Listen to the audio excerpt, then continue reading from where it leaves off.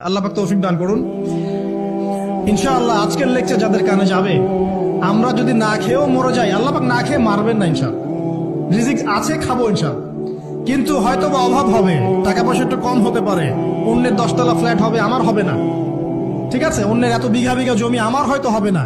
কিন্তু ইনশাআল্লাহ তাআলা এই যে দুনিয়ার মুসাফিরের জীবনটা, এটা মুসাফিরের জীবন না, মুসাফিরের জীবনটা কেটেই যাবে ইনশাআল্লাহ। কাটবে না? যে কোনো ভাবে কেটে তো যাবেই ইনশাআল্লাহ।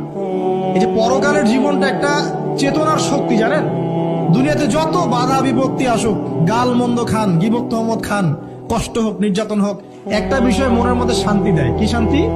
যে এই দুনিয়ার জীবনটা তো আর চিরস্থায়ী নয়, এটা তো আর সারা জীবন থাকবে না। ইনশাআল্লাহ এই অবস্থা আস্তে আস্তে পরিবর্তন হয়ে যাবে। ফাইন্না মাআল উসরি ইউসরা, পরকালে ইনশাআল্লাহ পাবো। দুনিয়াতে না পেলে কি হয়েছে, পরকালে পাবো ইনশাআল্লাহ।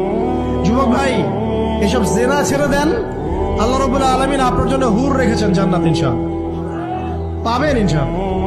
এটা ছেড়ে দেন, সুদ ছেড়ে দেন, আল্লাহ পাক আপনার জন্য হাউজে কাউসার রাখছে ইনশাআল্লাহ, ঠিক আছে। অন্যায় পাপ ছেড়ে দেন, আল্লাহ রাব্বুল আলামিন আপনার জন্য জান্নাত রেডি করে রাখছে ইনশাআল্লাহ।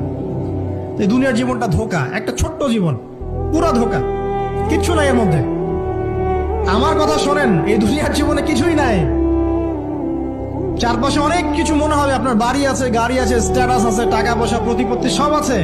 আদতে আপনি একা, আদতে আপনাকে একাই কবরে যাওয়া লাগবে, একাই আল্লাহর সাথে হিসেব নিকাশ দিতে হবে। কেউ নাই সাথে, আমারও সাথে কেউ নাই। কিন্তু আপনি মনে করছেন যে সেলিব্রিটিজম, বড় আমি পলিটিক্যাল নেতা হয়েছি, আমাকে সবাই চেনে, আমি ইকোনমিক সেক্টরে লিড দেই, রাষ্ট্রকে লিড দেই, আমি ধর্মতাত্ত্বিক ক্ষেত্রে লিড দেই,